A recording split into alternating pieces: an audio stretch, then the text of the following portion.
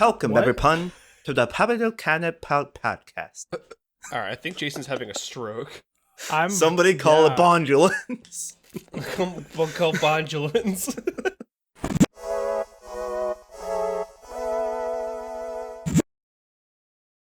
Hey guys, it's us from Casual Panic, back again with the annual Casual Panic podcast.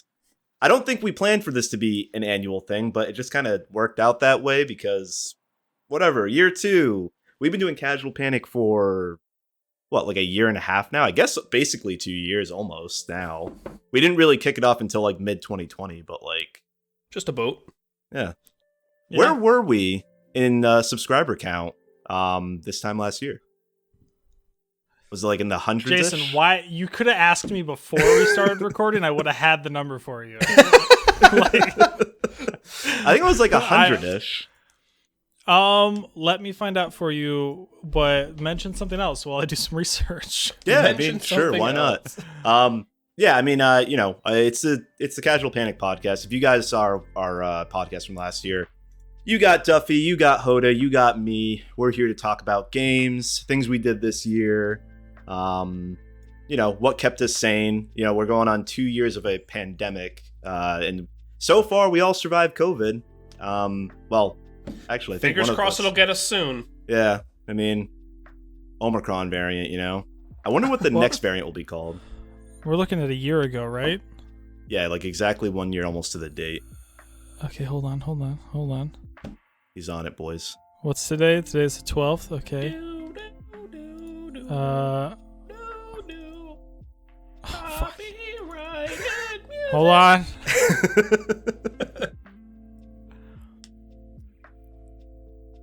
How does this? I hate this. I hate how the analytics work sometimes. Insert the clip of we're also waiting. I know. Also, JHOTA moved in with Kramer. Me and my best friend George hang out on this couch.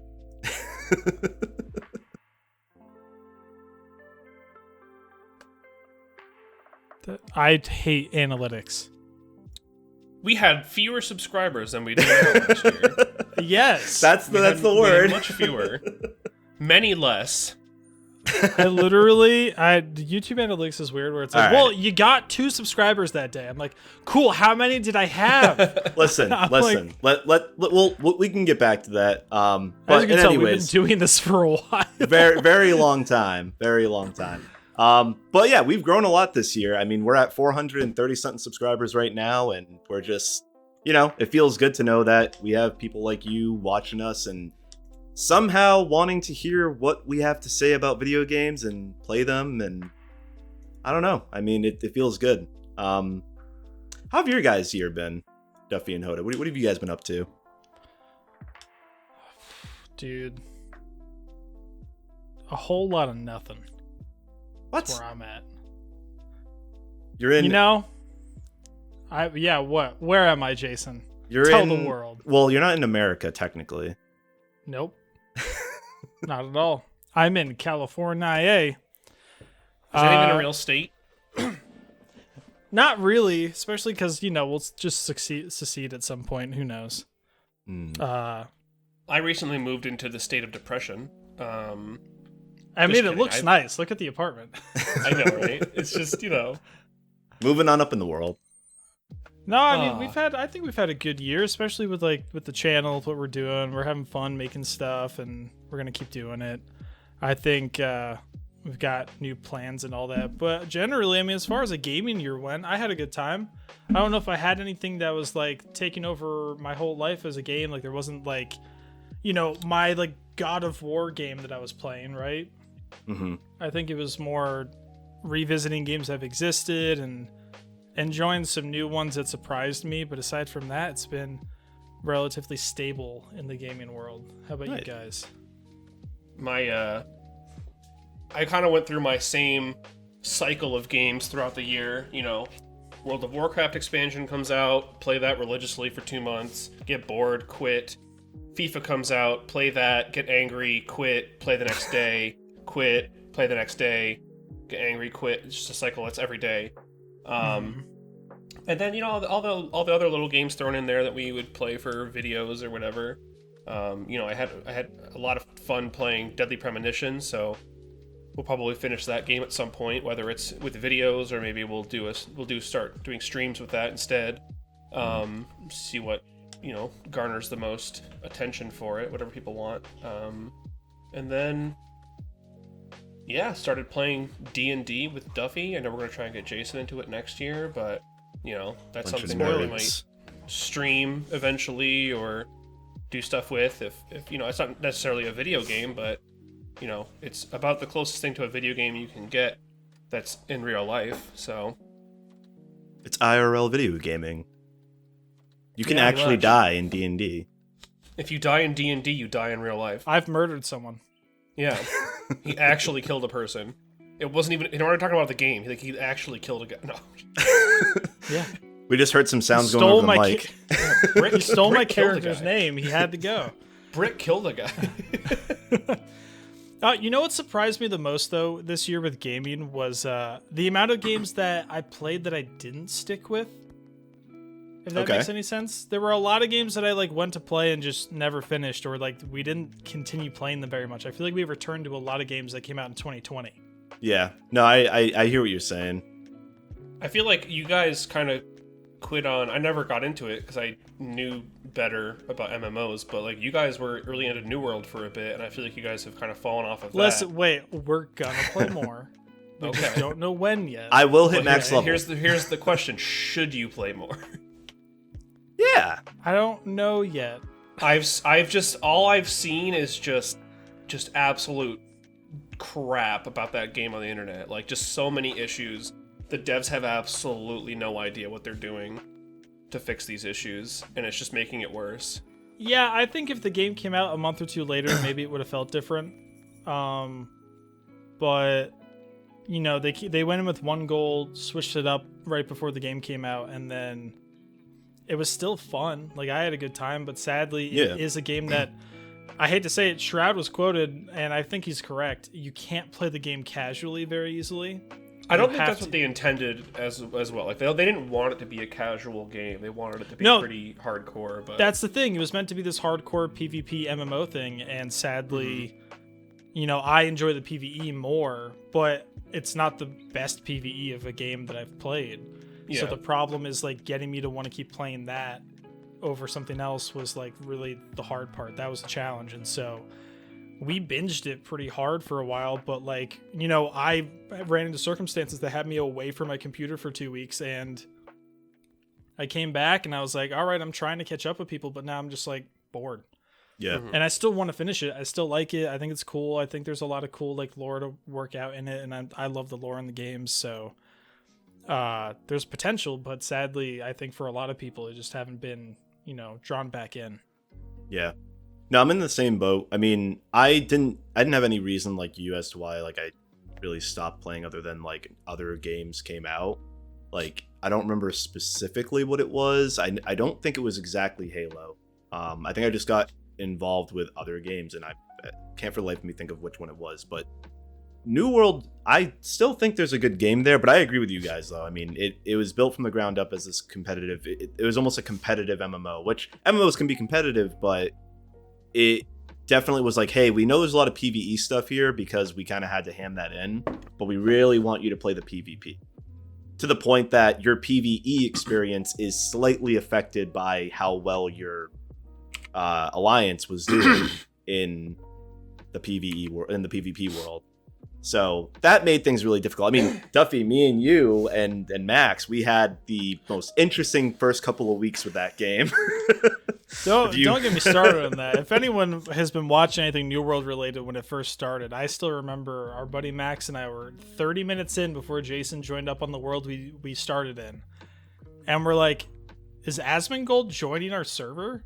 And that was the worst thing that actually helped ruin some of the game experience, because we were like, oh cool, and now it takes hours to get into our own world that we joined. Yep. And that was sort of rough, but eventually I think he left it, we left it, it was whatever. But I mean, at least maybe that kind of helped it feel more lively for a while. I know that was probably a thing that was going on, it was full. Yeah. But yeah, I don't know. It just seemed like it's a game I want to jump back into, but I do hope they make changes to make it more enticing for other people. Yeah. Yeah, I mean, I think we have to just give it time. I mean, I'm probably going to head back into it eventually, like, you know, hopefully soon. I'd like to, at a minimum, hit max level, say that I did that, and then, you know, see what else is there. But I'm with you guys where it's like they kind of have to do a little bit more with the game to make me want to stay there long term. But at a minimum, I have the goal of reaching max level, and we'll just leave it at that, I guess. But yeah, I mean, in terms of other games, I think obviously one of the biggest topics of this year and the biggest topic of every year, and kind of the reason why we do this at the end of the year, is to talk about some of the best games of the year, including like the game of the year that happened this year. But before we even get to that, I know I just asked you guys like about like what games you have been playing, but has there been a game for you guys that really has, you know, your personal game of the year? And I can start off with my own. And I think you guys might already know. But for me personally, it was Resident Evil Village. As a big-time Resident Evil fan, I was very much impressed with Village. I thought it did a lot of good things. It kind of had that flavor of Resident Evil for all the Resident Evil fans. The ones who enjoyed the action, the ones who enjoyed the horror, the ones who enjoyed inventory management or speed running. It had a little bit of everything. It was kind of a jack-of-all-trades Resident Evil game for me. And I had a lot of fun with it. And they honestly, they introduced that character, Ethan, which I don't know if you guys are familiar with, but he's the new character of the series, back in Resident Evil 7, and in Resident Evil 8, they kind of conclude his arc, is all I'll say. And it was really cool. I mean, the way they did it, the gameplay was great. The way it brought back old characters, the way they linked it to old things in the franchise. I mean, I know that there was a different game of the year this year, but I think that the internet kind of went crazy over Resident Evil Village, if you guys remember the big lady. I thought that was a very funny time of the internet. I mean, her. Yeah, Hoda just wanted to be stepped on by her. Still do. But yeah, in terms of game of the year for me, I mean that really did it. My own like secondary one, which it doesn't really count because it's not it does, but it doesn't. It was a re-release of a game that came out 2 years ago on PC, and I spent a lot of time with it this year, and that was Days Gone. And I know a lot of people, especially PlayStation people who played it, didn't like it that much. And I honestly, as someone who really likes the game, can see why people may not have liked it. But I just think it got like shit on so badly for things that I was able to look through, like oversee, like I guess look through in the game, whether it was bugs or like gameplay mechanics. But I thought it was really fun. I thought it was very well voiced. I thought it was a pretty good story, and I'm a little sad that the Days Gone 2 that was planned isn't going to happen now. And I think Sony at this point is kind of done with that IP. So I don't know what they'll do with it, but I personally, I mean, I think you guys even remember I was kind of grinding that out for a while. I'd stopped playing with you guys just to hop back on it. Whether it was killing zombies or doing quests or missions or just riding around my motorcycle, it was a good time. No, I mean, I actually, because of you enjoying it, I grabbed the game on Steam and I started playing it. And I'm not very far into it, but I've had no reason to complain yet. Yeah, I'm enjoying it. It feels like what I think people actually wanted from like if there was ever like a Walking Dead video game. Like I know they made Walking Dead games that have been good, like the Tall Tale games and stuff like that. But this feels like the open world zombie game that I think people would have wanted. That like World War Z, Walking Dead, things that had popular franchises already would have wanted out of a game. And I've enjoyed what I've started. But again, I haven't gone far enough into it to know if it's got anything else wrong with it. But I mean, I've trusted your opinion on it, so yeah, you know, it's just, you know, it's your integrity on the line, Jason. Listen, I'll die on the hill. Days Gone's a good game. That's fine. Yeah, I mean, as far as myself goes for game of the year, I have two games. One is also a re-release technically, and the other is a new game that came out this year. The new game is Deathloop. I think Deathloop's really cool. The music's awesome. The atmosphere's awesome. The commentary between the characters is awesome. And I just think the mechanics behind it's really cool. I'm bummed out it had a bumpy start, just because of like issues with other people on PC and stuff. Yeah. But I think it's one of those games that the more people jump into it later on, the better. And I don't think, I think the only sad thing was that it was only on PlayStation for consoles. And so not as many people got to enjoy it like via Game Pass or something like that, or just on Xbox. So I think that was a bummer. But Deathloop was my new game, and my re-release game that isn't as new is the Alan Wake Remaster. Mm. You guys know you are a big Alan. Yeah, you are a big Alan Wake fan. And they just announced Alan Wake 2. So I am ecstatic. Spoilers. Dude, I wish he's not real. I hate it. I didn't know that he survived at the beginning at the end of the first game. Well, we have to finish it. So we're really good. Well, now that I know he survives, then why do I JHOTA. care? Why do I even care about the story if I know he survives? Well, there's other characters in the story, JHOTA. Are you sure? Yeah, I've played the game. Well, then why are you playing it again? I'm just saying it's a good game. No, Alan Wake Remaster. It's cool to see the game updated. The only thing that sucked is they've removed all of the hilarious product placement. So you guys got to play. We did some recordings of playing the original Alan Wake, and there was Duracell. There was all this dumb stuff. There were all these dumb product placements that made it funny because it's like, oh, like a real movie they're trying to throw it in. Yep. And then they got rid of the stuff in the remaster. And I was like, well, that's dumb. Like, I get it. It makes it easier. They don't have to worry about like any deals they had going on with that. And it's an easier life for them. But I was like, oh man, that was actually really funny to like experience while playing the game. Yeah. But yeah, I think those are the two that I put at the top. I have other games that are like games I think were actually did better this year than those games, but they weren't in 2021 that they came out. So I'll save that for like games that I think did well and flopped and stuff like that. So, but yeah, Hoda, what about you? What was your top games? So I think I'll go with WoW doesn't count. That wouldn't even be close to the Fortnite top doesn't count either. I would put WoW in the biggest flops of the year because just in terms we'll get into that. We'll come back to that. Yeah, they're a fucking shit show. Speaking of product placement. Wow. I have a Yeti. If you're ever in Oregon, I almost last choked. Blockbuster. I almost choked on water. We're good. I would say that I probably have like a remake game that I really, really enjoyed playing, and then a new game that I thought was really fun that we haven't played in a while, but I think it's really, really good and the concept's awesome. So that game would be Valheim. Mm-hmm. Valheim was very, very fun. I forgot especially that came being out able to this play year. with your friends. Yeah. The only issue it really is I played on a server with some of my friends, but my friend had a server. So if you want to play on a consistent world with your friends, it doesn't matter who's online, you need to have dedicated server from someone has to have one.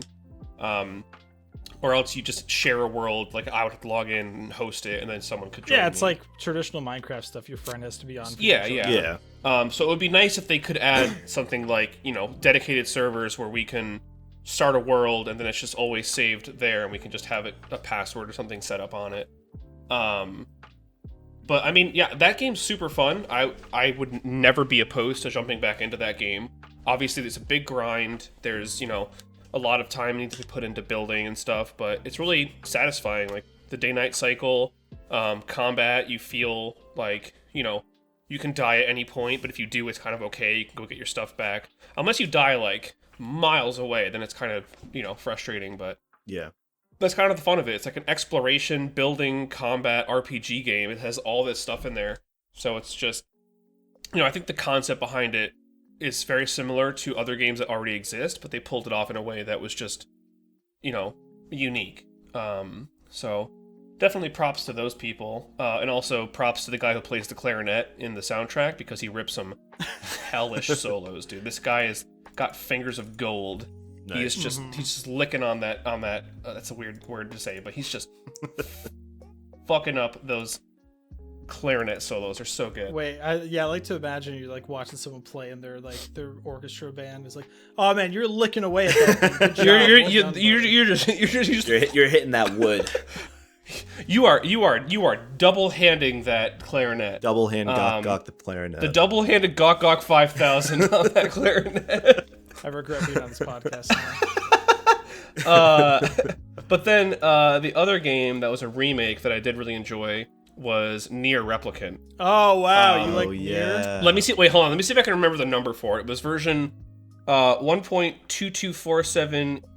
Was it 1.224787? I can't remember. I memorized the whole like number. Don't worry, I can tell you what it is, you loser.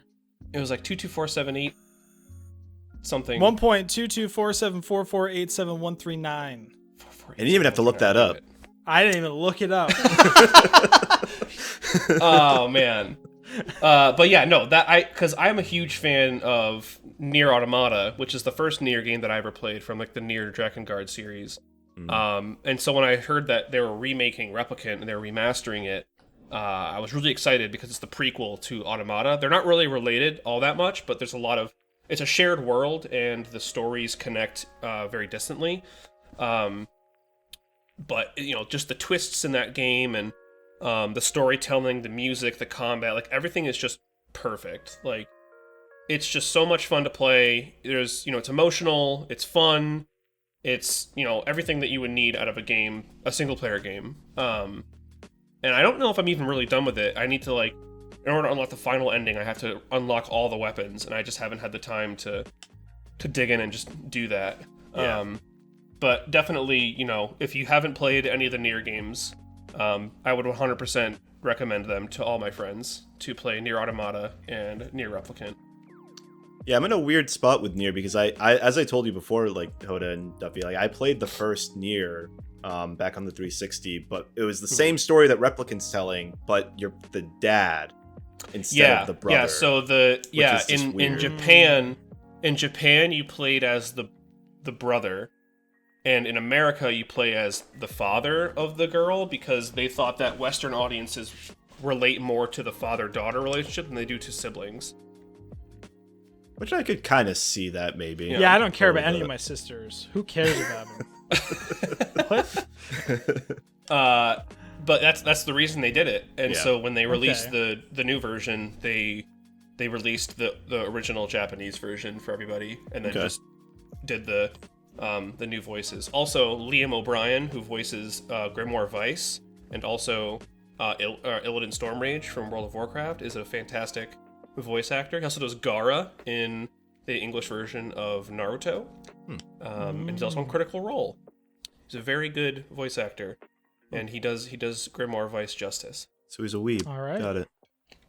I mean, he did the original Grimoire Weiss as well, so he's also a weeb. He is a weeb. Really quickly before we move on to flops of the year, I wrote down a couple more notes though. Deathloop, which is one that you mentioned, Duffy. I just want to briefly talk about that because as much as I also played Deathloop, probably as much as you did, and I could see why critics may think that it's like a very good game, and I think it was a great game as well. But I don't think the entire video game community agrees with it, and I don't know exactly why. Because when you go on Metacritic, it's like the critics are like, yeah, this is like the best game ever, and like IGN gave it a 10 out of 10, GameSpot I think gave it like a 10 out of 10. All the major news outlets gave it like an A+, and then everyone else is just like, this game is boring. It has like, why it's not open world. It doesn't do this. It doesn't do that. They're like, what are they trying to sell here? And it's like, I don't side with those people, but I in a way I kind of see like, I can see why they're upset, but like, it's still a good game to me. I'm trying to see what they're getting at, like to give it such a low review score. I have like 2 or 3 theories as to why it kind of goes that way. My one most weird theory is that I'd like to think that most game critics are also Dishonored fanboys. And so because of that was a game that was always like well liked and had a cult following, even though it didn't show off as like a big game at the time. And I like to think a lot of people that kind of grew up with that game and have like known it as they become better like game critics have like loved it for its own creativity and all that. Because I loved Dishonored. And, you know, it did well enough with its cult following that they did a second one. Yeah. And I wonder if that plays a role. That's a very obscure theory, but I think my other two ones have more to do with the fact that modern day gamer expectations and dumb choices by the publishers when they decided to use certain anti-cheat or use certain things that kind of mess it up. So like they put in an anti-cheat into a game that's usually single player. It has like a multiplayer aspect to it to compete with people. Yeah. Which I turned off right away. Yeah, like that's the thing. And so for me, it was they made really dumb choices that ruined it on a hardware perspective for other people. So the anti-cheat they used, well, I can't remember the anti-cheat they were using.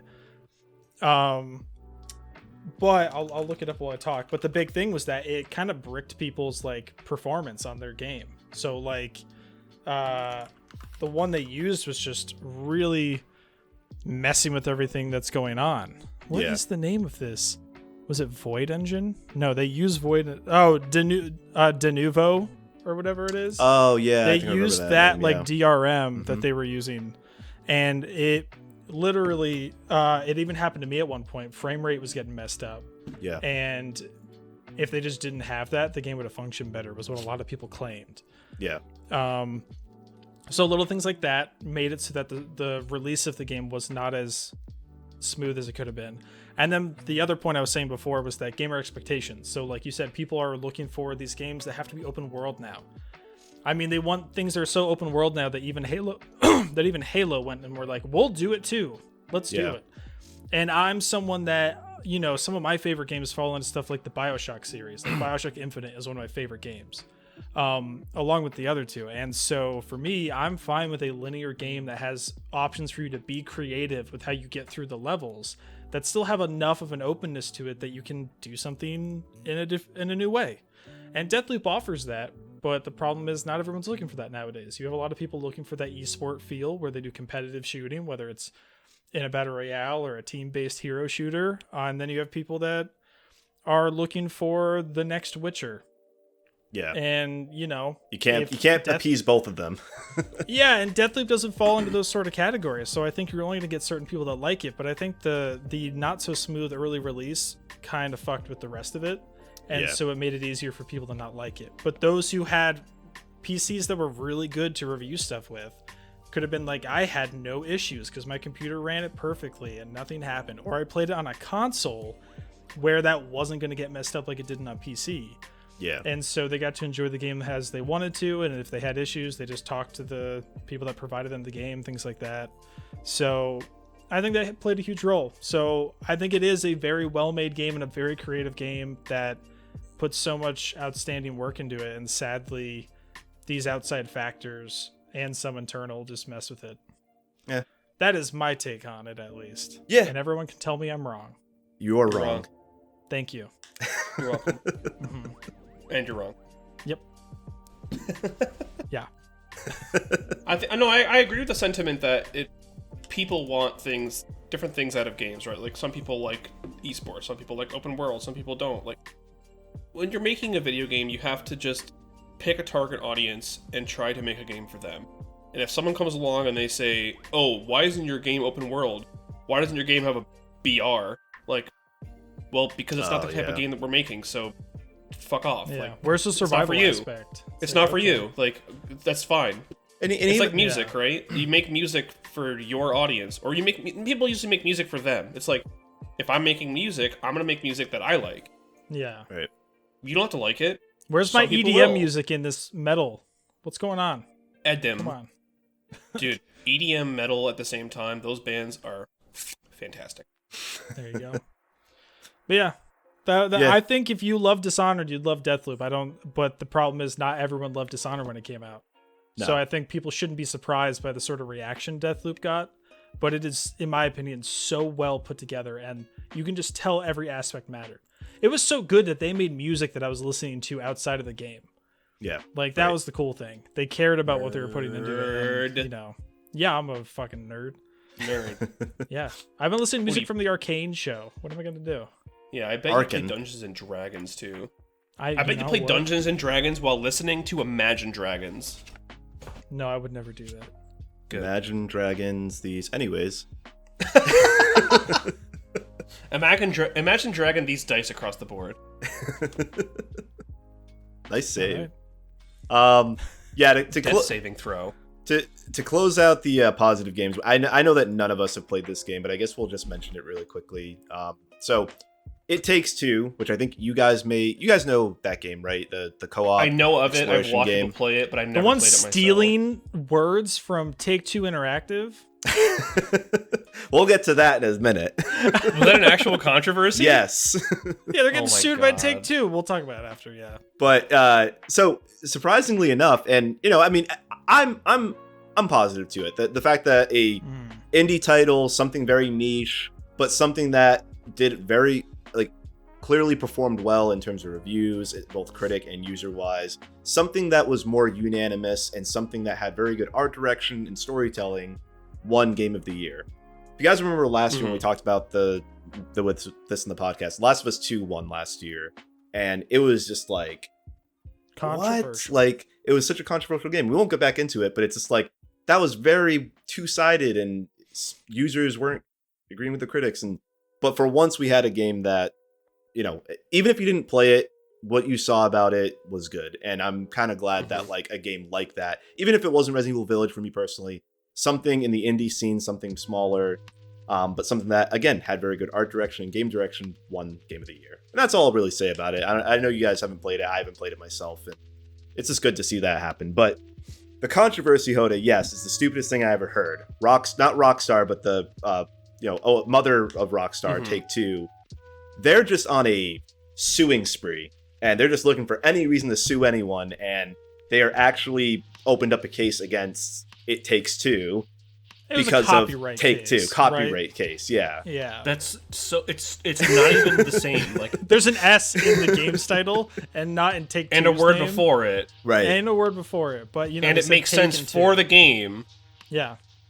I think if I was a judge and I saw this come up, I would go, "This is fucking stupid. You're fucking stupid. Case dismissed because you're fucking stupid." Yep. So here's the sad part. It Takes Two is not fighting it. They just went, all right, whatever. Before it even went public, It Takes Two just went, all right, you win. They just didn't even. There was all they probably don't have the money to fight it. That's the thing. Why would you fight them? I mean, unfortunately, Take-Two goes after everyone, even independent content creators and people like that are making stuff based off of their games that they love. It's just, right. We can get into a whole reason why the American justice system is broken, but we'll save that. We'll save that for when we have Hasanabi as a guest on our podcast. Okay, perfect. Aside from that, I wanted to say that I had 2 or 3 other games that, in my opinion, were games that have already existed, but were very positive games in my opinion. Games that only improved or were very good, honorable mentions. Okay. The first one I'll say very briefly was Kenna Bridge of Spirits. I never got to play it. Jason, I know you and I have been looking at it. Yep. And we've wanted to play it. I don't know if you had this for later discussion, but it was a game that I personally was it looks so beautiful visually that it seems like it's just worth playing because it just shows what Unreal Engine 5 can do. Yeah. And then aside from that one, my 2 big ones were Sea of Thieves. You may not remember, but this was a big year for them where they did their whole Pirates Life thing with Disney.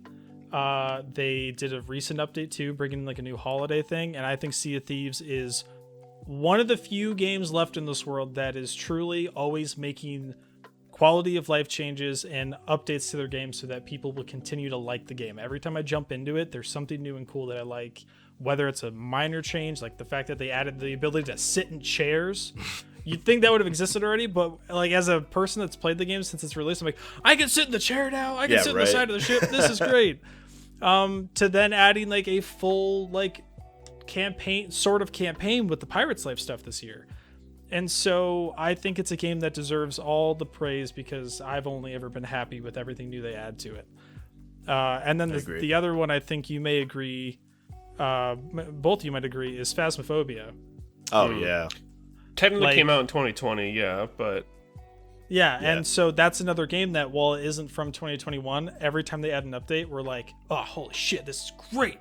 And so we're always excited about it. And I think that's one of those games that is very much an indie game that has only proven to grow and will get better as they keep building their team and making more stuff.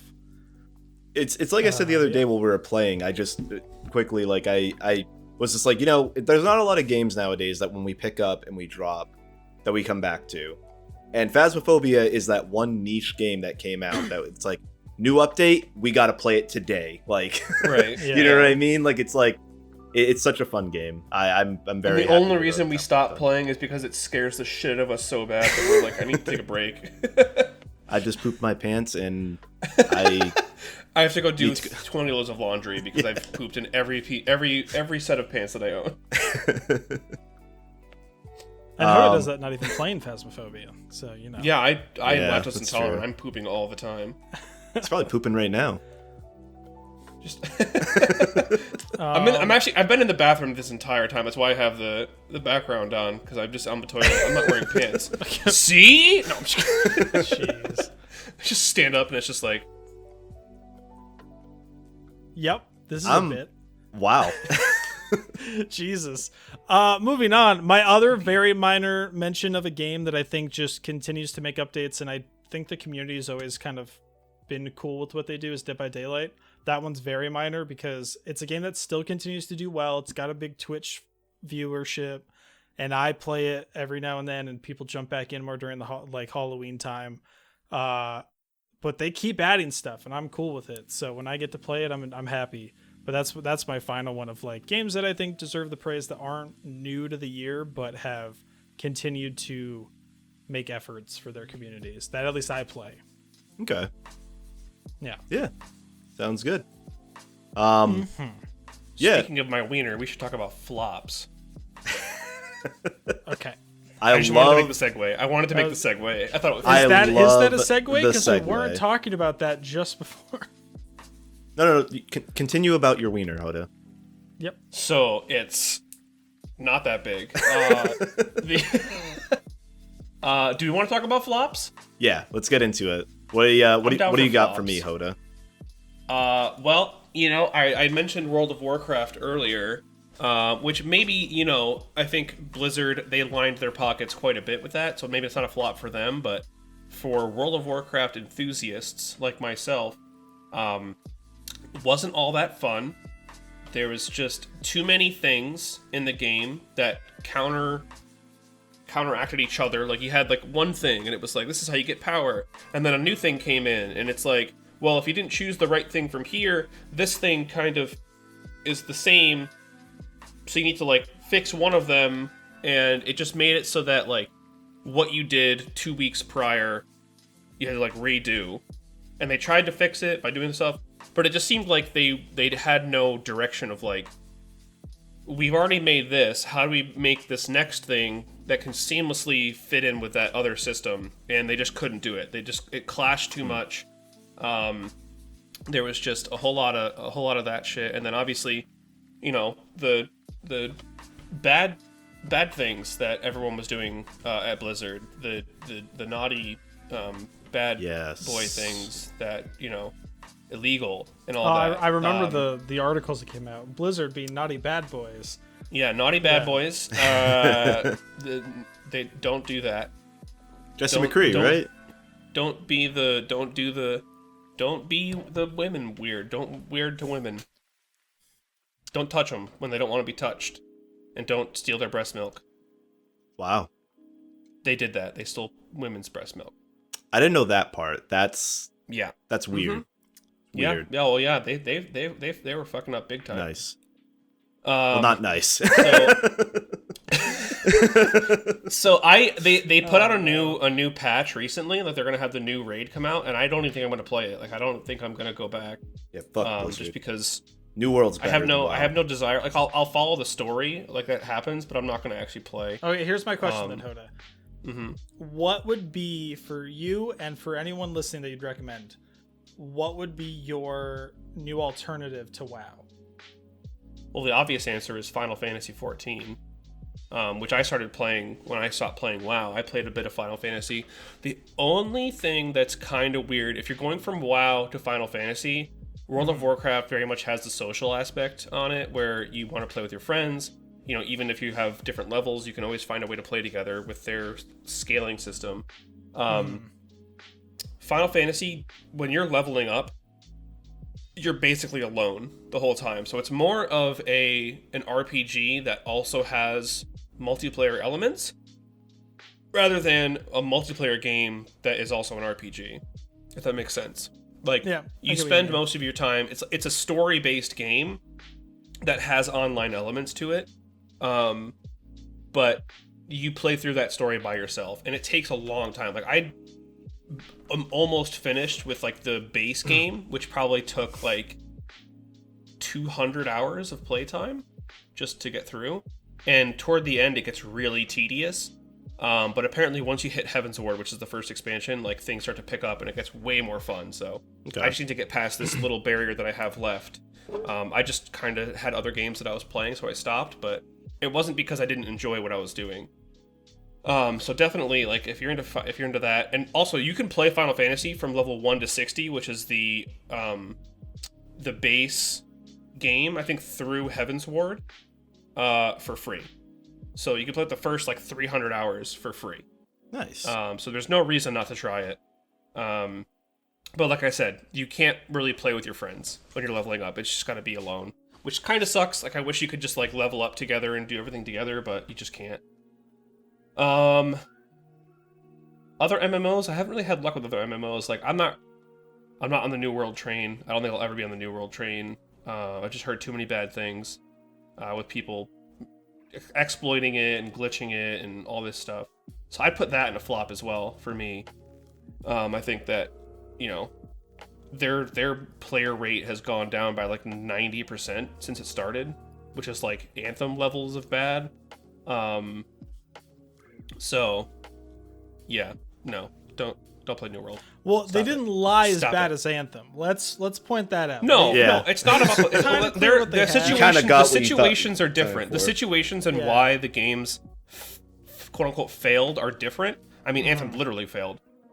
But I think the reason why like New World, like Anthem, we expected more than we got, and well, they promised just more, like, I think was the big thing too. I mean, obviously, they Amazon did, marketing didn't help, yeah. but It was more like a lie of omission, you know, like they kind of didn't say like, oh, expect this, and then we didn't get it. It was more like they showed us a bunch of stuff in their trailers, and we're like, holy shit, that looks really cool, and then they kind of just like didn't have much. Yeah, well, they the stripped game. everything down. They showed what they were going to have. They didn't really even, have like, anything. the home base area, and they changed it. Mm-hmm. Whereas Yeah. I think New World, obviously, the marketing didn't help either. But I do think there was not as much over promising. The problem with New World, though, it's not about the content. I think it has plenty of content. The thing is that people are able to exploit the game in ways that were not intended, and it literally breaks the game. Like being able to dodge and then grab your screen and move your windowed screen around, and your game freezes and you're invulnerable for the whole time you have your thing. I remember that.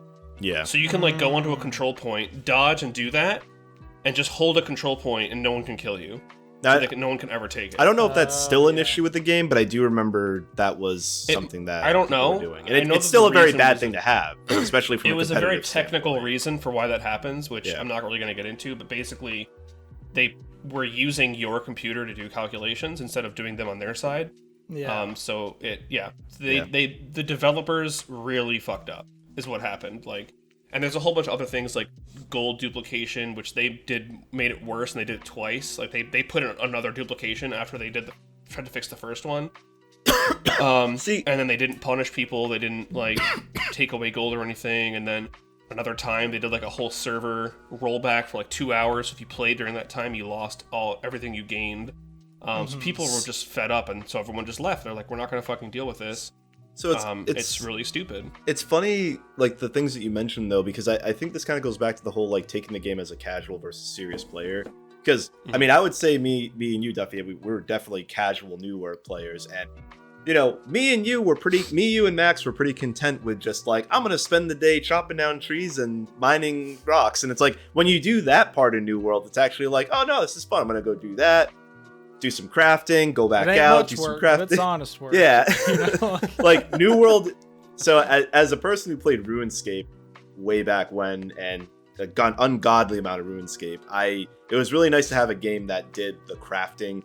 For all of New World's flaws, I will say it has probably one of the best crafting systems I've seen in an MMO. And I've played quite a few, probably not as much as most people, but like I've played ESO, I've played WoW, RuneScape would be considered an MMO. Very niche MMOs like the fucking, I don't want to even get into them, but like very other niche MMOs. But like what New World did really well was the crafting. Like just being able to go out and get the resources coming back and just having an endless amount of resources to actually do stuff. When I did stuff in WoW and ESO, especially ESO, I won't even bash WoW because I don't think I could hold a candle too much to WoW that much, but ESO's grind for crafting was terrible. I don't think I ever even wanted to do it because of how much of a grind fest it was. But that is where I'll say New World does really. For all the other things, if you're going to get serious into it, it is kind of a tough game to get into at the competitive level. But if you're going to casually play it like me, Duffy, and Max did, it's not, I don't know. I mean, I had fun with it. But I see your point, Soda. I see your points. Yeah, it's that fact that if you want to cross the bridge over to the PvP more as well, which is what their main focus was when the game came out, and that's right. why I think you see the issues it's having. Because the PvE content was a little bit copy-paste light stuff, but it was stuff we were fine with, and we hoped that they'd add more to it. But yeah, if you go into it with a goal of doing more PvP instead, that's where I think you're going to see all the sweaty tactics to like find loopholes in the game and do stuff, and then it just becomes a problem. Yeah, I mean, like based on the whole control system in the game too, like there are entire servers that are just dominated by one faction, and if you don't pick that faction, you're at a severe disadvantage, and like there's nothing you can do about it. Oh yeah, we don't know anything somehow about they that. Yeah, we know nothing about an Asmongold-led faction that dominated our server at all. Yeah, but apparently that's just a problem on like almost every server is that one faction owns everything, and then if you're not on that faction, you're at a severe disadvantage. I will say though, and it might have been because of how memey it was, because Asmongold was in it, the game chat among the entire server was some of the best I've ever seen of just trash talking and jokes going across the whole thing. Where one female named character, whenever they got on, they're like, "Is she on?" Yep. Oh my god! And everyone would freak out. It's like I don't know what's happening. But Amy Gamer funny. Girl, if you're out there, did you know that you could crash people's game with the chat? Oh, I didn't know. No. All right. Yeah, cool. you can. So the chat in New World accepts HTML code. So you could link a weapon or something. I can't believe it allows that. Put a specific line of HTML in there, and then you can be like, "Look at this weapon I got," and then you link it, and it looks like a regular like linked item. And if someone scrolls over it, their game just crashes. Oh wow! Oh my god! Interesting.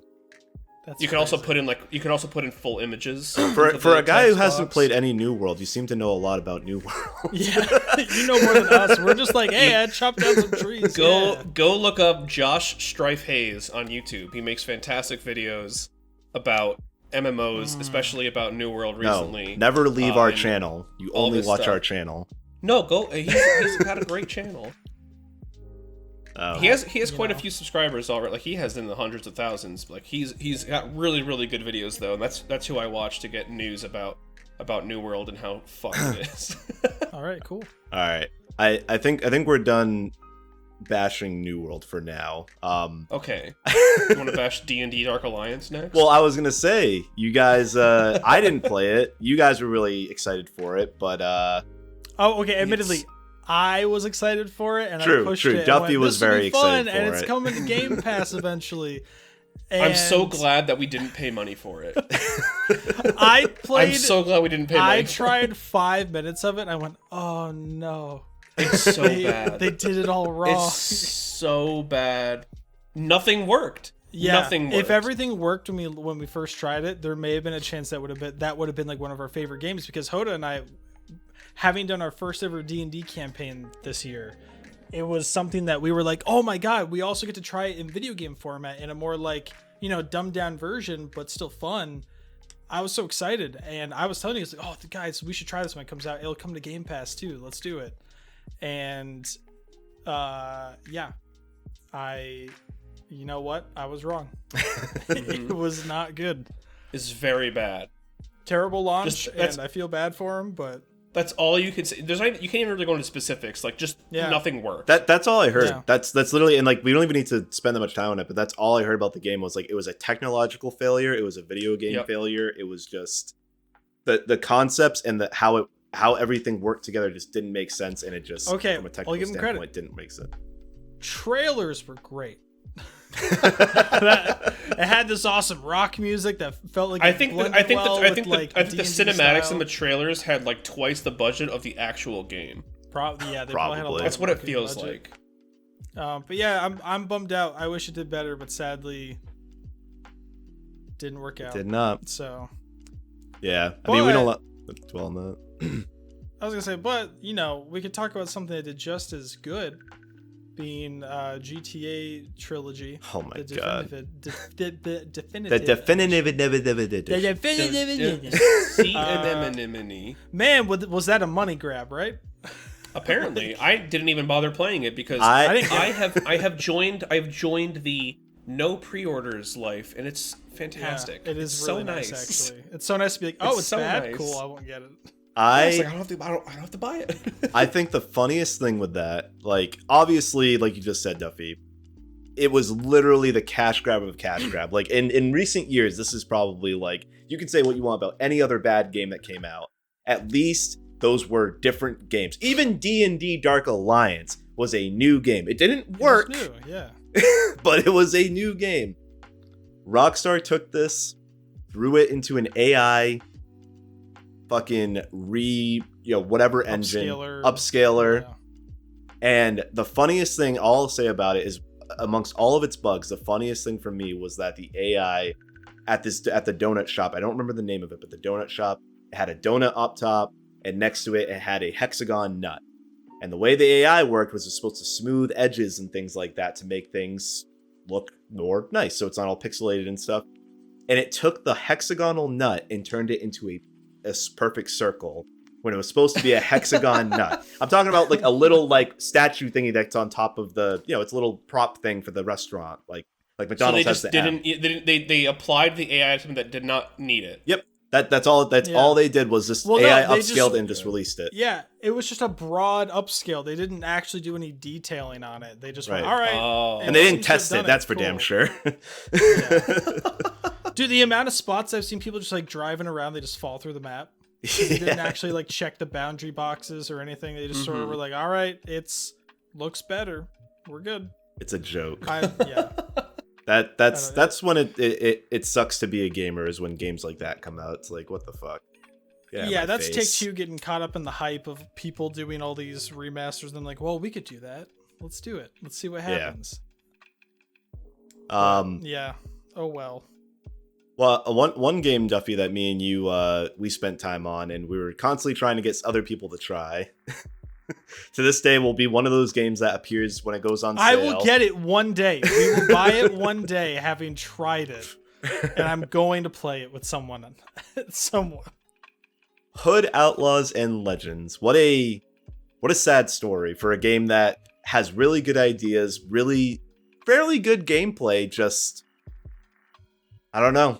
They did it all wrong. I never got to play it, but it looked fun. I've learned one thing this year is that throughout the entire year of 2021, I was bamboozled by every game trailer that I liked. So that was the biggest issue. That's why you can't trust the trailers. Yeah, and the thing was, everything they promised was there, but then it was a weird release. It wasn't something to get. Again, there's a lot of problems I still say when it comes to gamer expectations as well. But sadly, like D&D Dark Alliance had like launch issues. This game kind of had launch issues, but it just didn't bring people in to begin with. And I know, Jason, we'll go into more detail about it, but it had a lot to do with what they chose to focus on for the game rather than what it could have been. Yeah. And that was a huge thing for me. But I remember, like, I don't know, how would you describe our experience? We got to try it. What was it, like a weekend trial we got to do? Yeah. It was like a weekend plus a day or something like that. And I just remember going into it, and like we had like one other friend join us, and like even they didn't like necessarily hate what they were playing, but it just, for those of you that aren't aware, I mean, Hood Outlaws and Legends is basically like the original idea was that it was a PvPvE concept where you and another squad would jump in, almost in a way battle royale-ish. Not really, it's not actually that, but you go into a map and you're there to secure a treasure that's inside the fort, guarded by PvE enemies and this menacing warden figure. And just even if you took out the PvP version, I'm already kind of sold, where it's like, oh, we have to like stealth our way in, break in, steal the treasure, get out, extract. I'm like, cool, I'm there. But then they focus so much on the PvP aspect, and I remember you telling me, Duffy, that there were like broken characters right off the rip, like that made the PvP miserable. And not to mention that the PvE itself was already tough as it is. Yeah, because it turned out that it wasn't like what I thought it was, where you each pick an individual class and do it. You could actually have multiples of the same character. And there was this one sort of like priest-like character who had a ranged attack and like a healing ability, who, if everyone just played them and like the berserker type character, they would just be unstoppable. They could heal, they could then push people around. They didn't have to play like with the stealth and carefulness to like get around, and they would just destroy people. Which to me was the fun part. The stealth was like the funnest part of just like skulking around. It was like what's that heist game that we like? Payday. It was like Payday 2, but in medieval form and in like third person. And I was like, this is exactly what I like, because it has that sort of Assassin's Creed feel of the old stuff where you'd sneak around, mixed with trying to have that goal of you're taking something and getting out of there, and you go with it. And we learned very quickly the PvE was actually so much better than the PvP version, or the PvPvE one, that we were just playing that the whole time. We didn't even go into a PvP match because we enjoyed just playing by ourselves as friends. And I think it's like, that's what made the game really fun, why we wanted 4 people. Okay, we wanted 4 people in total because we could not fucking finish any level, because it's actually challenging. And that was the worst part, in a good way, but also like in such a crappy way. Yep. So I don't know, man. I'm so bummed out because again, if someday it's $5, I'm grabbing it, and we're making 2 other people grab it. If it's that cheap, I'll definitely grab it. If it was $5, I'll buy it. I'll gift it to people at that point. Like, I'll be like, please just play this with me, because I want to finish it once, because I just want to do it. Yeah, I mean, come on. Yeah. But yeah, I don't remember us ever being the only frustration I ever saw was because we couldn't complete it because it was that challenging, because near the end you have to like basically do a last stand like Left 4 Dead has, sort of, where you like fight off the final guys even though you already like kind of made it out. They send people after you, and we've never survived. And so that was the only time I saw us frustrated. Aside from that, I think we had a really fun time actually being like all tactical and all that with the different classes and just having fun. Yeah, I agree. It was a good game. Yeah, maybe when it comes on sale, one of us will, or a few of us will pick it up and give it another try. I mean, I'm willing to do that. As we're moving on, I realized that the next topic I'm going to bring up, I intend to make its own separate video, as I've said to you guys. But I think it's worth mentioning Battlefield 2042, at least very briefly. Yay! It's the best game ever made. I mean, if depending on who you're asking, Hoda, I will come out and say, and maybe I'm biased because I love Battlefield, but I like Battlefield 2042. It has its issues. It's not perfect. Battlefield 4 did a lot of good things. Battlefield 5 and 1, they did a lot of things a lot better. But I see potential in this game, and I am playing it now and having a blast. I mean, it has its issues that Battlefield normally has when it comes out. And obviously, if you Google what makes Battlefield 2042 bad, there's a laundry list of things that, and you can't even defend it. But for what it's trying to do, I mean, the Portal mode's really fun. The gunplay feels pretty good. I have heard that Portal's really, really nice. The Portal is really cool. And, there's a video on one of our favorite YouTubers, basically Homeless, did, and he can talk more. That video by itself can talk more about it, but just the amount of options you have to make your own content in that game is just phenomenal. And you know, it has its issues. It had a bad launch. In this day and age in gaming, if you have a bad launch, it's really hard to crawl your way out of it. Especially with how like fixated people are on certain games now. I mean, people find their comfort games and that's just it now, and it's really hard to get people to try new things. So Battlefield 2042 might not do good in the long term, but I liked it. I'm still playing it. We literally actually were just playing it like 2 hours ago, so it's a fun game. I enjoy it. I know a lot of people don't. I think the saving grace for me is the fact that it allows you to play a PvE style mode where you can still level up your weapons and feel like you're progressing to get new unlocks, so you can still enjoy playing the game in the multiplayer mode even if you're having a hard time. Yeah. I still think the bar that I needed it to meet was at that of Battlefield 1. I think Battlefield 1 was the last one that I truly enjoyed. Battlefield 5 was fun, but I think Battlefield 1 was actually very fun. I know a lot of people might disagree because those who are more hardcore Battlefield fans maybe didn't exactly want Battlefield 1 for the way it is, but I think as someone that plays Battlefield more casually, I don't know. I enjoyed it. And so when Battlefield 2042 came out, it felt a little stripped down like Battlefield Light in terms of like content. But when it came to the maps and stuff and everything, you know, I just found a lack of stuff or just a different feel to it that made me maybe not feel as invested. I don't know. I can see why some people weren't happy with it, and I can also see why like you, Jason, would defend it. So for me personally, it just kind of fell into a middle ground. It wasn't like my top Battlefield game, but like when you ask me to play it, I'm like, yeah, I'll jump in, let's do it. And then like we'll switch between the PvP and PvE and we have fun. Yeah. So, you know, we just spent like you said 2 hours ago, we were just trash talking to teammate for fun. So, you know, we had a good time. I will say it's very fun having team chat now in Battlefield now that we're on like PC playing it, because back in the day it was like Yeah, agreed. I wanted to, if it's okay, there's one that I wanted to mention real quick that falls into the flop realm. I know we were thinking about skipping it, but it's not okay. No, not gonna allow it. Nope, stop. For everyone listening and watching, in our little notes we have, they're like, we should skip this one. I'm like, I want to talk about it. And Duffy always gets what he wants, everybody. Hey, okay, he's quick a special 30-second little rant. boy. Quick 30 30-second rant. Back for Blood. I am amazed at how little I'm seeing people talk about and playing it.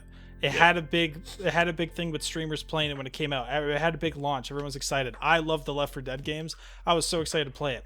I barely touched the fucking thing, and I don't know why. Same. None of my friends are playing it, and I'm like, I don't know. I wanted to play it, but it's also like fun and challenging. But it's the fact that it might be the stale zombie feel that is as old as Left 4 Dead. So maybe that's why. I don't know.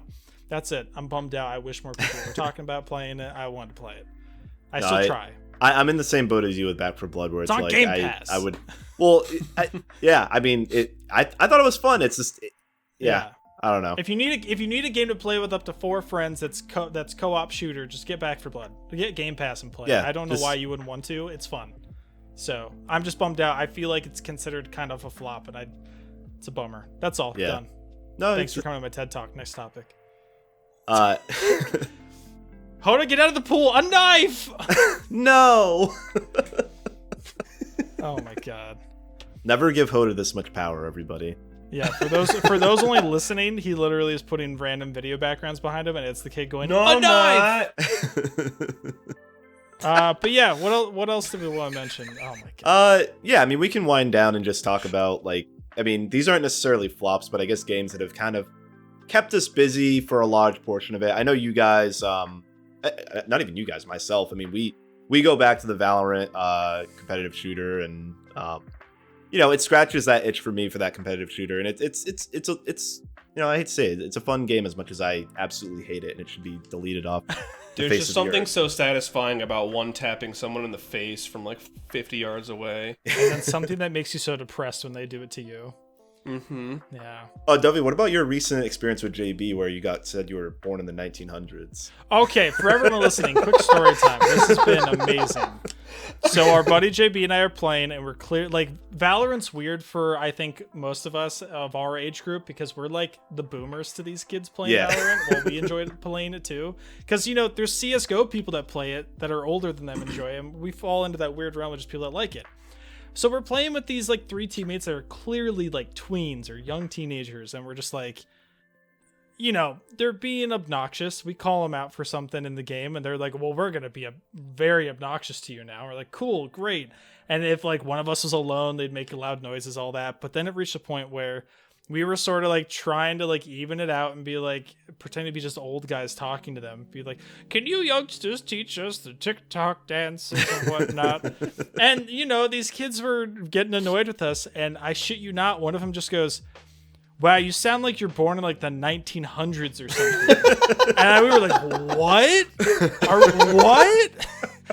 We're that old that we get associated? I mean, you're not wrong. The problem, that's the thing. It's straight facts, but I'm also mad about it. I'm like, so now that's facts, no printer. We won't make fun of each other. Last century. Wow, were you born in the 1900s or something, you fucking loser? Dude, is that like what it's like? Do they say that now to like older adults? Like, oh, guys born in the 1900s. I can't believe it. Like, born in the 1900s. I don't know. It's so weird to think. Like, now. someone born in 99 is only 22. Like, not that old. Yeah, still 1900s. Anyone born in the 90s is still like it's like either right approaching their 30s or still in their 20s. So it's like, we consider it fine, Yeah. But those teenagers are like, oh, wow, you're ancient. Go dig up your grave, you person. Yeah, well, they were born on the 1900s. 100th anniversary of World War One, so. And that's the funny thing with Valorant for me, too. Like, I do enjoy the game. I like playing it. But it is always funny because I always feel like the Steve Buscemi meme where I'm just like, how do you do, fellow kids, when I'm winning? Because I'm just like, I feel like I'm the oldest person in the room every time I'm playing. Yeah, no cap. That headshot was lit, yo. Like, how many times do we like ironically just go sheesh? Like, sheesh. I try to avoid it, dude. I finally caught up to go, bruh. How it took me that long to start saying that? It's from like Vine days, Yeah. Like, I don't know. I like half the time I try to be cool, but I'm just like, ugh. Yeah. It's so weird. But yeah, Valorant's a Valorant. fun game. I like playing it. It's become my new like go-to shooter, but yeah. It has its moments. I mean, it has its moments. And I mean that in on the negative side is like it has its negative moments. But overall, I mean, Riot did a great job with it. It does work. It's just I love seeing the TikToks of people just like sprinting and just like headshotting and shit. What is that? What are you doing with Want to do that to back? Bowser's booty? It was supposed to be the other way around. Can you read that? Yeah. Is it right side up for you guys? Yeah. Oh, it's backwards for me, but yeah, it says I want to do that to Bowser booty. Okay, Hoto's not allowed to have cameras in future episodes of this. Yeah, we're just gonna we'll just put his face up. Certified. Jason, I have a question. Certified boomer. There's a game that we played actually quite a bit of, and it was a battle royale. Gross. Called Bloodhunt. Gross. Whatever happened? I played some of that with you guys. I think I just sucked. I think it's just a battle royale. Okay, well, fun fact. What happened is we can't play it anymore because they finished the beta test. Yeah. Oh, it was only a beta test? I thought it was like an early access. It was like thing. an open beta, and they literally will not let you play it now. Yeah, I thought they were just going to go to full release. Yep.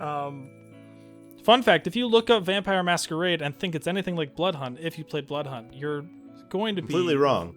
Grossly mistaken. Yeah. We looked up what was supposed to be the new Vampire Masquerade game coming out, like around the same time as this game or just before it. And fun fact, it got canceled. Secondly, boy, did it not look good when we saw any of the footage on YouTube. Boy, do we know why it got canceled. Yeah. Bloodhunt, however, I actually want not only the Battle Royale to come back because I did enjoy it, but I would love a game that is just Bloodhunt. Like, if you made like an open world exploration vampire game like Bloodhunt in the map that it made that looked really good, I would totally play that. Like everything about it was cool. Let me pick the class system I want to be, add factions I have to interact with, give me quests to fight other vampires or humans that hunt us throughout the game. Like, I am all about it, but I don't know. It seems like they're managing it kind of poorly. I'm sad.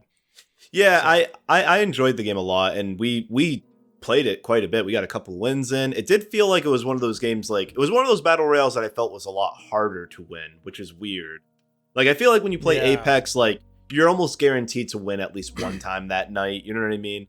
But Bloodhunt was like such a, and you know, it had its bugs and it's not bugs, but like its hacking issues early on. But it was a fun game though, and I'm excited for them to bring it back. Yeah, same. On the topic of battle royales, which this isn't a battle royale game, but obviously this year we had the return of Halo with Halo Infinite. And I hated that segue. Try again. Well, no, because people want there to be a battle royale. That's what I'm in going Halo. with. I guess, sure. Well, because like, okay, I held my tongue earlier when we were talking about this, but like, because JHOTA was saying like, you know, everyone has their own interests. Everyone has like, oh, I wish this game had this and stuff. And you have people like Dr. Disrespect and like Tim the Tatman and stuff who, you know, I respect their opinion, but like, it's very like, they're like, oh, well, Halo's going to fail if it doesn't have a battle royale. I'm like, what? How? It's like it'll fail for them if they don't have this battle royale because it's all they do. Right. And it's like it doesn't need a battle royale. Now, since I played the campaign, could I see them put a battle royale in it? Yeah. Would I think it's a waste of money? Yeah. Halo is meant to be an arena shooter. Like, that's just it. Like, that's the point. Like, if you're trying to get into competitive Halo, battle royale's not it. If they want to do it as like a side mode, it'd be fun, but Could you imagine someone just goes through the whole round of the battle royale, just plasma grenading everyone? If you just stick someone, you're just gonna win every single fight. True. Like, that's where it gets really weird. Like, it doesn't make any sense. And I have a statement that I've always thought of in my head where it's like, Halo hasn't changed much. You have. And that is what I think is important for many people to think about when they think about any new Halo, including Halo Infinite, is that they are generally keeping most of their stuff similar to how Halo functioned. Obviously, it's not Bungie anymore because Halo 4 and 5 and what is now Infinite. And I know 4 and 5 are not favorites for Halo fans, but there are still people that play them. But people need to understand that they're continuing to make a game that caters to that experience. And just, you know, that's one of the few games where I'm like, just get used to it. That's Halo. Just play Halo for what it is. Yeah, it's like people are like, oh, it's like the other Halos. It's like, well, yeah, Battlefield's like the other Battlefields. Yeah. Like, you're playing a game that's supposed to be similar to the other ones. Like, that's the whole point. They even made changes to this one. Like, it made changes for people to try and enjoy, like quality of life world. changes. Yeah, and it's like, all right, cool. Just enjoy it for what it is. Are there parts of Halo I don't like? Of course. But when I play the campaign, it's fun. So it's like, come on. You know, I have my own opinions on them doing an open world. I wasn't a huge fan of that idea, and I think there's still parts of me that don't like it. But I think they're handling it well, and I think you'd agree, Jason. You and our buddy Max have very much enjoyed it. Yeah, I've been playing it past couple of days, and like I'm with you where it's like, you know, they didn't need to put it in. They could have done like the standard linear, like, and to be honest, it still is that linear story. It's just now in the overworld there is things to do outside of the main story, which I guess that's an open world, but I thought they did it well. You know, it's not any, it doesn't sell the game for me. I mean, Halo at its core, I mean, you have the people who play campaign and multiplayer, and I've played both, and I'm liking both of them. I mean, the multiplayer is solid, and it's pretty favorable. Like, people, I think, are going to keep playing Halo Infinite. Like, I think that it has its own niche market that people are like, yes, Halo's back. Like, I can play Halo competitively again. And it's like, yep, you can. It's there. Yeah, it's you know, 2021, I feel, was take it or leave it. It was a fairly good year for gaming overall. I mean, the return of Halo is obviously a big thing. The things we've talked about so far. I mean, I'm a Resident Evil fan. New things with Valorant. Yes, Duffy. I have one more note to 343 with Halo Infinite multiplayer. Fix fucking ranked mode, please.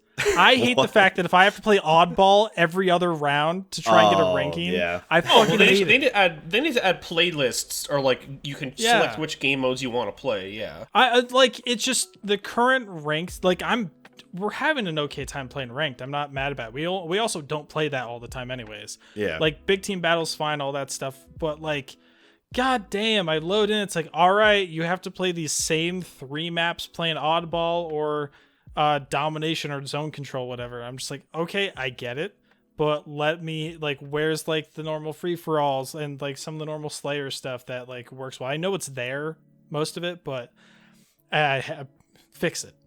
I agree. I just want to play Slayer every single time and never change. Yeah, if I'm gonna do ranked, let me at least just prove I can shoot people and move on. Slayer only, please. Or like break it, like you were saying, break into different playlists. That's like I hate that I'm comparing it to this, but Rocket League does a really good job of breaking up their ranked playlists so that it's like each one you get an individual ranking for all of them. Mm-hmm. So it makes sense. It's like, okay, if you're really good at Slayer, you'll have a great Slayer rank. So I don't know. That's it. I don't have any complaints really with Halo. I've had fun playing it. I can't wait to spend 4 years completing the Battle Pass. That too. I mean, you'll be back. Continue, for it. Jason. My hand is now down. You can continue. How about Call of Duty? Fuck Call of Duty. Move on. Next. Vanguard sucked. Apparently, I didn't. None of us played it, but whatever. We don't care. No one cares about Call of Duty anymore. There was no reason for me to get Vanguard. I didn't even get Cold War. I know you guys got it and had fun playing the new zombies. I didn't get and all Cold that. War. I didn't. Yeah. I have not gotten anything since like the Modern Warfare one, and even then, I was like, this might be the last one I get for a while. I liked Modern Warfare. I never really played Warzone. I liked the multiplayer. And then after that, I kind of just was like, you know what? I don't know. I'm not really... I think, as a gamer, I feel I'm outgrowing Call of Duty sometimes. So, I agree. Modern Warfare was the last good one. I mean, that's what I think. 2019. Yeah. I agree. But yeah, just to wrap it up, I mean, 2021, fairly okay year with gaming. A lot of cool things. I mean, with Back 4 Blood coming back, like, I mean, I know we only briefly talked about that, but like, that's almost like a lot of returns of games. Like Battlefield 2042 was kind of the return of modern Battlefield. Back 4 Blood was the return of Left 4 Dead. Halo Infinite was the return for Halo. And there was and Resident Evil Village was the return. I mean, I guess they've been releasing Resident Evils pretty consistently the past couple of years, but like, new mainline Resident Evil game. Things like that. I mean, overall, I'd say it was a pretty good year. We have a lot of cool things to look forward to next year. I'm really looking forward to, like, WB is going to have a killer, Warner Brothers is going to have a killer year next year, just very briefly. I mean, between the Batman games, the Superman, the DC games, the Harry Potter games. Gotham Knights? Gotham Knights is going to be fun, I feel like. I hope. Don't listen to me, though. My judgment's very bad this year, so I don't know. But they're gonna have a good. The new Zelda game should come out next year. The new Zelda game, yep. I think they said next year.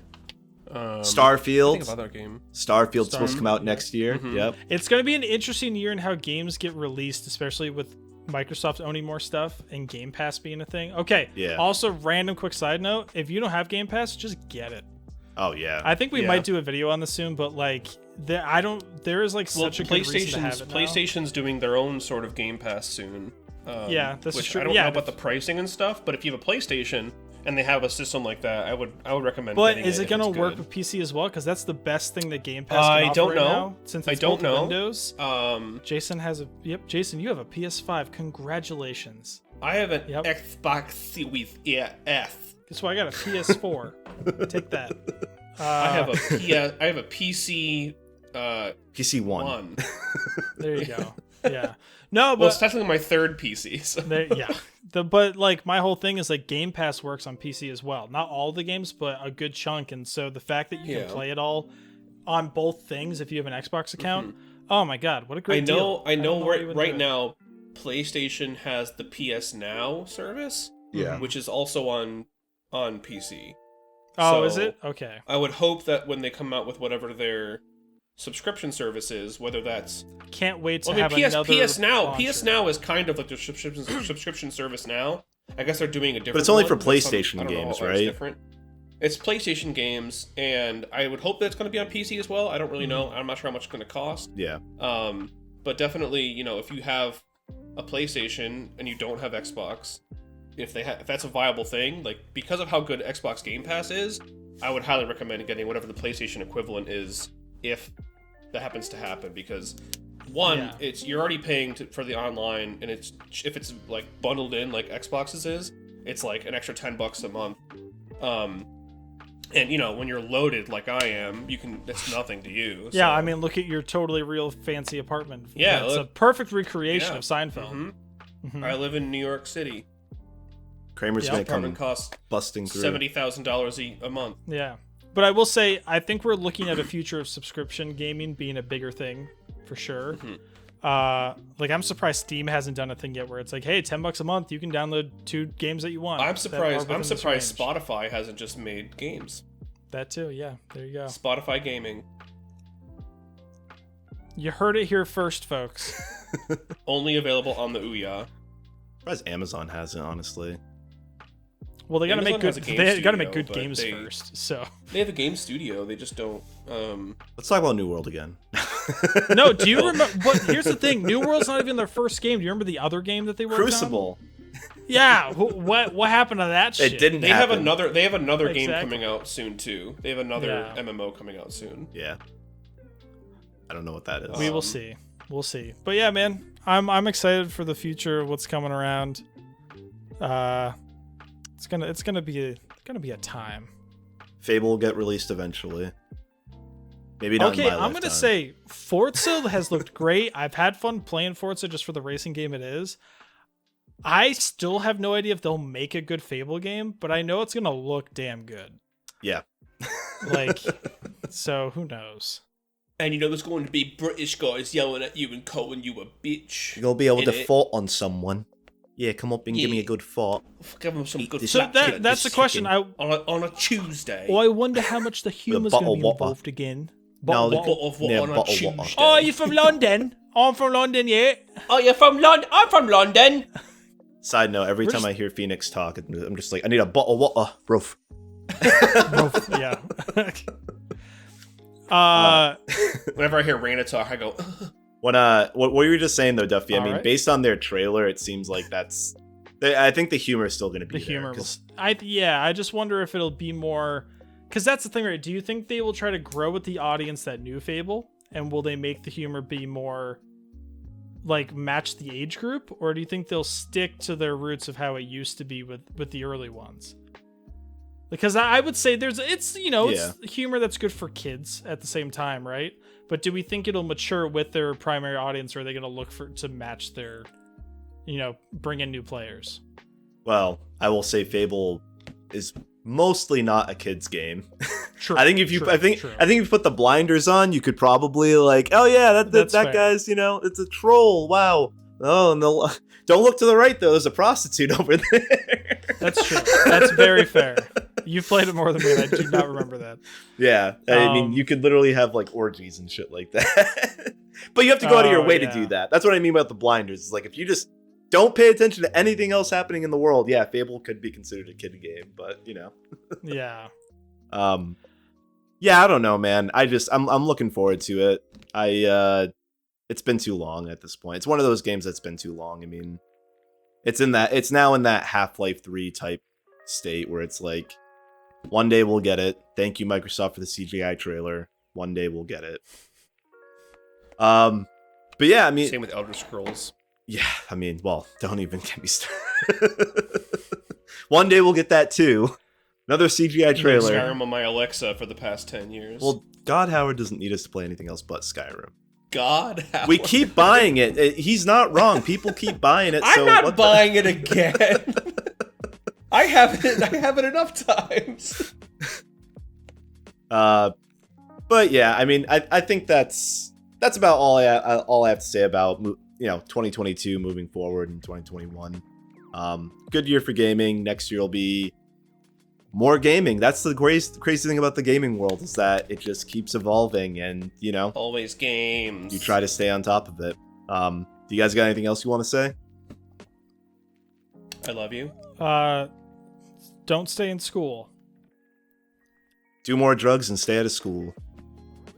Thank you. Yep. Say no to drugs when they ask you to stop doing drugs. Yes. I dare you. If your drugs ask you to stop doing them, you say no. And remember, to make sure not to sound like you were born in the 1900s. Fucking millennials. Yeah. Bruh. Sheesh. She. Lit? No, let's not. Let's pass their age, right? I'm a boomer for saying lit. Do you have clout? Well, if you want to sound like you don't belong with them, be like, that's straight fire, and then we sound old to them. Yeah. Straight fire. Just be like, yo, my eyebrows are on fleek, and they'll be like, what the fuck are you saying? I'll put my hood on to look cool, just like JHOTA. Yeah. Oh my god, look at this over your hood. hoodie though. It's very thick Yeah, and large. Why does that fit over your headset? Are you wearing a helmet under there? What's going on? Execute order. I don't 66. have a hood, but I can do that. Will be done, my lord. Execute order 69. Sheesh. Wow. Sheesh. Maybe we need to end this now. Sounds good. All right. Well, that's it for the Casual Panic podcast, guys. Thank you guys for tuning in. It was a bit of a longer one. I hope you guys, if you guys have made it this far, I think you know what to do. What do they need to do, Duffy?